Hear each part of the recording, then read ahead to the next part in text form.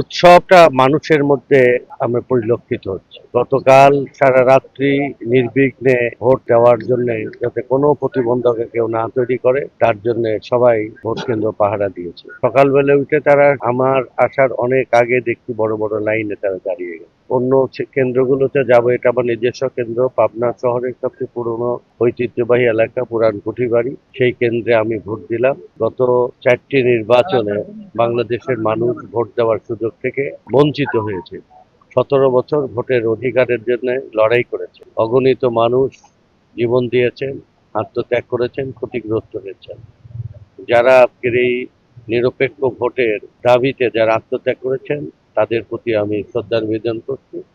আর একটা রাষ্ট্র যদি এগিয়ে যেতে চায়, একটা রাষ্ট্রে যদি নাগরিকের মৌলিক অধিকার সুরক্ষিত হতে হয়, উন্নত সমৃদ্ধ সোনার বাংলাদেশ যদি গঠন করতে হয়, তাহলে গণতান্ত্রিক অধিকার, আইনের শাসন এবং মানুষের মৌলিক অধিকারটা রাষ্ট্র এবং জনগণকে প্রতিপালন করতে হবে। আমাদের দেশ গঠনের জন্য আমরা এই মুহূর্তে বাংলাদেশে 4.5 কোটি মানুষ দারিদ্র সীমার নিচে বাঁচছে। কর্মসংস্থানের জন্য 3,60,00,000 লোক দাঁড়িয়ে দাঁড়িয়ে ঘুরছে। এমন একটা দেশে আমরা সবচেয়ে উত্তম ব্যবস্থা হচ্ছে গণতান্ত্রিক ব্যবস্থা।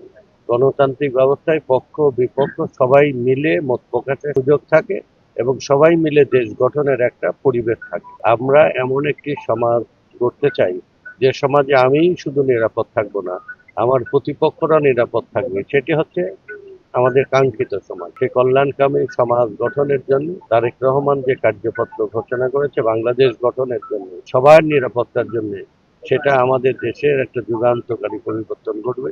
আজকের সূর্যাস্তের পরে যদি এটা আমরা জনগণ যদি রায় দেয়, তাহলে আমরা বাংলাদেশে সুদিন দেখতে পারবো ইনশাল্লাহ। আমি সাংবাদিক ভাইদের মাধ্যমে দেশবাসীকে অনুরোধ জানাই যে আমরা সবাই মিলে এই দেশ গড়ব। আমাদের এই দেশ শুধু আমি নিরাপদ থাকবো না, আমাদের প্রতিপক্ষরা নিরাপদ থাকবে। এটাই আছে কাঙ্ক্ষিত সমাজ। এটার জন্যই আমার সংগ্রাম,